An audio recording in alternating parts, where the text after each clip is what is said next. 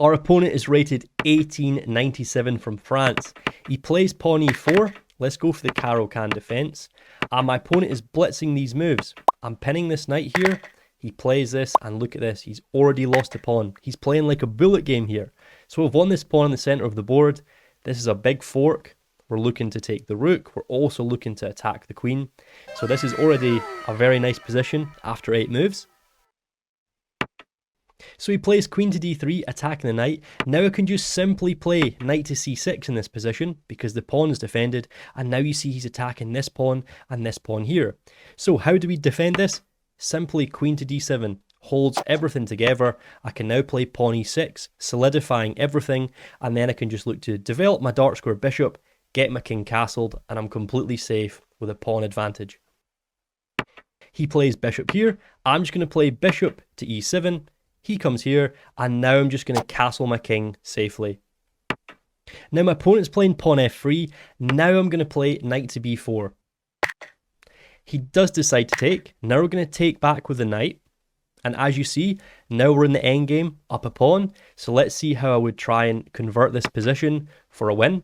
He attacks a knight. Let's just drop it back to c6. He plays pawn h4. Now I'm going to play knight to b6. I want to develop my pieces to the right squares.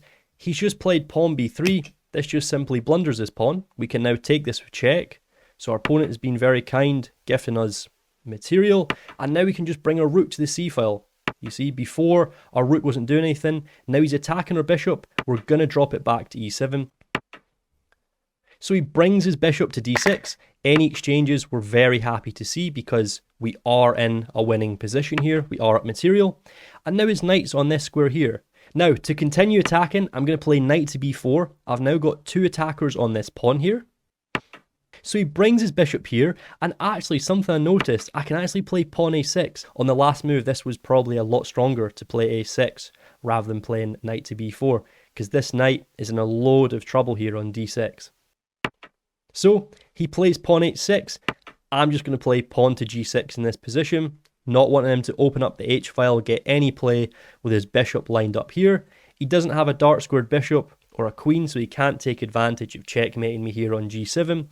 And he still has this big problem of this knight on d6 with the threat of me just bringing my last piece into the game, my rook, to win the piece and the game. And he loses the game on time. If you found this content useful, make sure to follow.